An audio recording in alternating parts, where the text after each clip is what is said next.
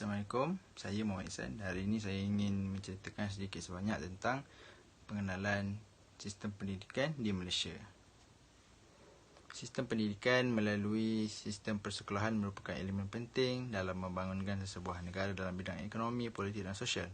Sistem pendidikan ini bukan bermakna kita hanya belajar sahaja, tetapi kita ingin belajar tentang dunia yang lebih luas, bukan sekadar belajar membaca, belajar mengira dan sebagainya. Okay.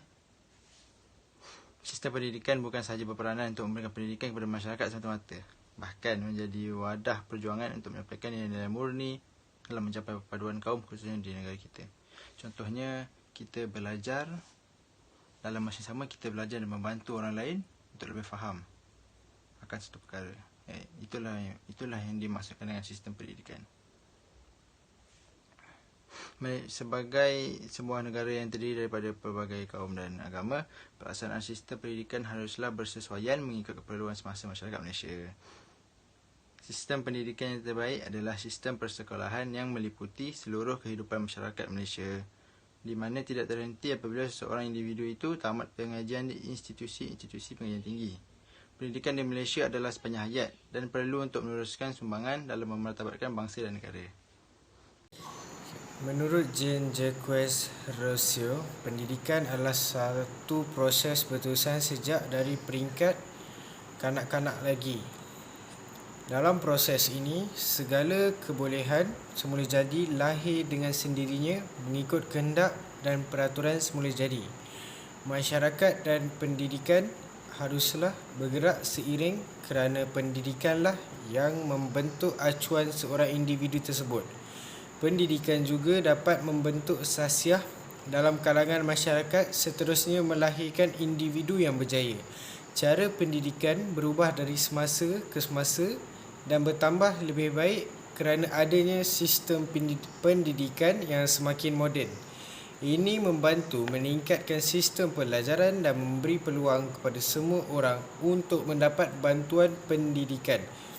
Oleh yang demikian, penulisan ini akan membincangkan berkenaan sistem pendidikan di Malaysia yang telah mengalami perubahan dari zaman sebelum merdeka sehingga ke hari ini. Hal ini demikian kerana sistem dan dasar pendidikan di Malaysia sering mengalami perubahan, terutamanya laporan-laporan pendidikan yang telah dikeluarkan. Selain itu, penulisan ini juga akan melakukan satu analisis terhadap sistem pendidikan tersebut serta membincangkan isu pelaksanaannya. Proses pembelajaran dan penguasaan bahasa pertama dalam kalangan pelajar-pelajar universiti masih lagi mengalami masalah tertentu. Banyak kajian telah dibuat oleh pengkaji akademik untuk membantu meningkatkan tahap pembelajaran dan penguasaan pelajar-pelajar universiti. Namun, masih ramai lagi pelajar-pelajar universiti yang mengalami masalah dalam penguasaan bahasa pertama, iaitu bahasa kebangsaan. Semakin banyak kajian dilakukan tentang pelajar akan membuktikan bahawa masih ada lagi masalah yang perlu dikaji dengan lebih terperinci dan memerlukan jalan penyelesaian yang bersesuaian agar masalah ini dapat dikurangkan serta diatasi dengan sebaik mungkin.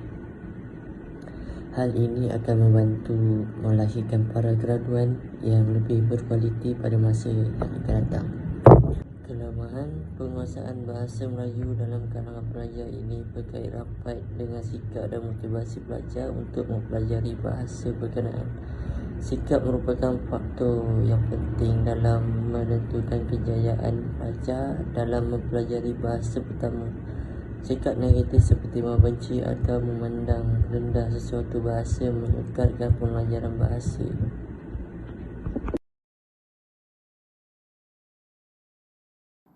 Kepentingan bahasa pertama dalam kalangan pelajar universiti ialah ia merupakan medium utama dalam proses pembelajaran dan pengajaran di universiti. Semakin tinggi kecekapan pelajar tersebut dalam menggunakan bahasa pertamanya, semakin tinggi kebolehannya dalam menguasai subjek pendidikan yang diikutinya. Oleh itu, pelajar tersebut dapat lulus dengan cemerlang dalam subjek pendidikannya. Selain itu, bahasa pertama juga merupakan bahasa komunikasi yang digunakan sebagai pertuturan seharian, sama ada berkomunikasi dengan rakan-rakan ataupun dengan pencara. Oleh itu, pelajar seharusnya mempelajari dan menguasai bahasa pertama mereka dengan secekap-cekapnya. Objektif seterusnya ialah mengenal pasti kekerapan penggunaan bahasa pertama iaitu bahasa Melayu dalam pertuturan seharian bagi pelajar. Dapatan kajian menunjukkan bahawa tahap kesedaran dan penggunaan bahasa Melayu dalam kalangan pelajar di universiti berasa pada tahap yang sederhana. Komunikasi dalam bahasa Melayu dilihat agak terhad di universiti kecuali dalam kelas pengajaran bahasa Melayu. Pelajar-pelajar juga didapati kurang bertutur dalam bahasa Melayu dengan bangsa lain. Mereka lebih memilih bahasa Inggeris. Ini menunjukkan bahawa hasrat kerajaan untuk memartabatkan bahasa Melayu adalah kurang berjaya. Tahap penggunaan bahasa Melayu di universiti adalah sederhana disebabkan kurangnya penggunaan bahasa dalam interaksi dengan kawan atau pihak pentadbiran. Pelajar aktif Cina biasanya berkeupayaan untuk berkomunikasi dalam bahasa Melayu dalam situasi tertentu sahaja dan tidak mampu untuk berhujah tentang sesuatu isu secara mendalam, lancar dan berkeyakinan dalam bahasa Melayu. Ini bermaksud bahawa tahap penggunaan bahasa Melayu di luar konteks universiti berada pada tahap yang lemah. Situasi ini mungkin disebabkan oleh polarisasi kaum di alam kampus yang boleh menjejaskan perpaduan. Pelajar-pelajar dilihat lebih suka bergaul dengan rakan yang sama etnik dalam setiap keadaan yang mana ianya disebabkan oleh proses sosialisasi yang mereka lalui sebelum memasuki alam universiti.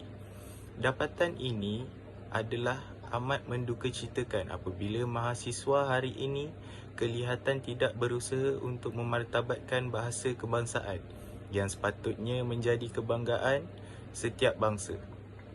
Malah, mahasiswa seolah-olah cuba mencari keburukan bahasa Melayu sebagai bahasa kebangsaan yang dianggap tidak relevan digunakan dalam bidang akademik kerana tidak mempunyai istilah yang mencukupi terutamanya dalam bidang sains dan teknologi. Dan bahasa Melayu dianggap tidak boleh bersaing dengan bahasa Inggeris. Fenomena ini boleh dilihat jelas terutamanya dalam aplikasi yang melibatkan gadget, tablet dan lain-lain. Golongan yang sepatutnya mencintai bahasa ibunda dan menjiwai bangsa sebagai jiwa bangsa sendiri dilihat begitu rakus menodai bahasa melalui penggunaan singkatan yang melampau dan istilah rekaan yang hanya difahami oleh golongan mereka sahaja. Saya mengambil contoh daripada Universiti Teknologi Malaysia. Mata pelajaran Bahasa Melayu untuk pelajar asing di Universiti Teknologi Malaysia iaitu UTM telah diletakkan dalam kelompok bahasa ketiga. Bermula pada tahun 1996 selaras dengan kemasukan pelajar antarabangsa di IPT, Malaysia, pihak pengurusan UTM telah menjadikan kursus Bahasa Melayu Komunikasi sebagai satu kursus wajib kepada para pelajar asing di UTM di peringkat ijazah sarjana muda. Kemudian mata pelajaran ini ditawarkan khusus untuk pelajar asing yang mengikuti pengajian di UTM. Mereka perlu mengikuti kelas BM yang ditawarkan dan mengikutinya selama 1 semester. Setiap semester kursus tersebut diperuntukkan dengan 2 jam kredit yang menyamai 2 jam pertemuan seminggu. Pelajar yang mengikuti kursus Bahasa Melayu di UTM ini terdiri daripada pelajar yang berbeza latar belakang serta berasal dari pelbagai negara dan baru pertama kali mempelajarinya di UTM. Selain itu, pelajar juga datang daripada pelbagai fakulti yang berbeza. perbezaan persekitaran dan faktor personal seperti pengetahuan, kepercayaan terdahulu serta perbezaan individu mempengaruhi persepsi seorang pelajar untuk berjaya dan sikapnya terhadap pembelajaran. Oleh itu, kepelbagaian latar belakang serta kepelbagaian gugusan Fakulti Pelajar UTM dijangka mempengaruhi sikap pelajar terhadap bahasa dan pembelajaran Bahasa Melayu di UTM. Manakala motivasi pula dirangsang oleh dua aspek yang meliputi motif dan insentif. Insentif adalah galakan yang mendesak individu berusaha untuk mendapatkan ganjaran seperti markah, grade, hadiah, sijil dan sebagainya. Manakala motif pula terdiri daripada keperluan dan dorongan. Motif timbul daripada dorongan semula jadi atau minat yang dipengaruhi daripada kuasa dinamis yang mempengaruhi pemikiran, emosi dan tingkah laku. Baiklah, kita akan teruskan untuk objektif yang seterusnya, iaitu mengenal pasti tahap gangguan persekitaran yang dialami oleh pelajar dalam penggunaan bahasa Melayu. Antara permasalahan yang wujud dalam objektif ini adalah kerana terdapat beberapa universiti swasta yang tidak mengamalkan bahasa Melayu dan menggunakan bahasa Inggeris sebagai bahasa utama di dalam universiti tersebut, dan juga di kalangan mereka yang sudah terbiasa dengan bahasa Inggeris di dalam keluarga mereka sejak dari kecil. Dengan ini, pelajar tidak akan dapat bertutur bahasa Melayu di dalam harian mereka, dan ini membuktikan bahawa mereka tidak akan dapat memperkukuhkan pertuturan bahasa Melayu mereka. Selain itu, perpustakaan yang terdapat di dalam universiti juga kebanyakannya dipenuhi dengan bahasa Inggeris. Malahan beberapa buku sejarah yang menceritakan sejarah Melayu juga menggunakan bahasa Inggeris dan bukannya bahasa Melayu. Justru bahasa Inggeris menjadi salah satu faktor kelayakan untuk memasuki universiti. Sebagai contoh, setengah universiti melihat tahap bahasa Inggeris pelajar melalui keputusan MUAT berdasarkan kos yang diminati. Maka terbuktilah bahawa terdapat banyak faktor yang mempengaruhi gangguan-gangguan persekitaran yang dialami oleh pelajar dalam penggunaan bahasa Melayu. Berdasarkan keterangan yang telah dihujah sebentar tadi, jelas menggambarkan peri penting peranan bahasa dalam memilih tradisi keilmuan. Maka, bahasa Melayu haruslah diletakkan sebagai bahasa saintifik serta diguna pakai dalam sistem pendidikan, pentadbiran, malahan dalam semua agenda negara. Kita juga harus ingat bahawa Melayu ini bukan sahaja berperanan sebagai bahasa saintifik, malah satu wahana buat masyarakat Malaysia menyatu padukan pelbagai kaum dalam usaha mencapai perpaduan nasional. Harus diakui bahawa sesuatu bahasa tidak pernah menjadi penghalang kemajuan. Oleh demikian, bahasa Melayu mampu menjadi bahasa ilmu. Sekian, terima kasih. Baiklah, sekian sahaja daripada kumpulan kami.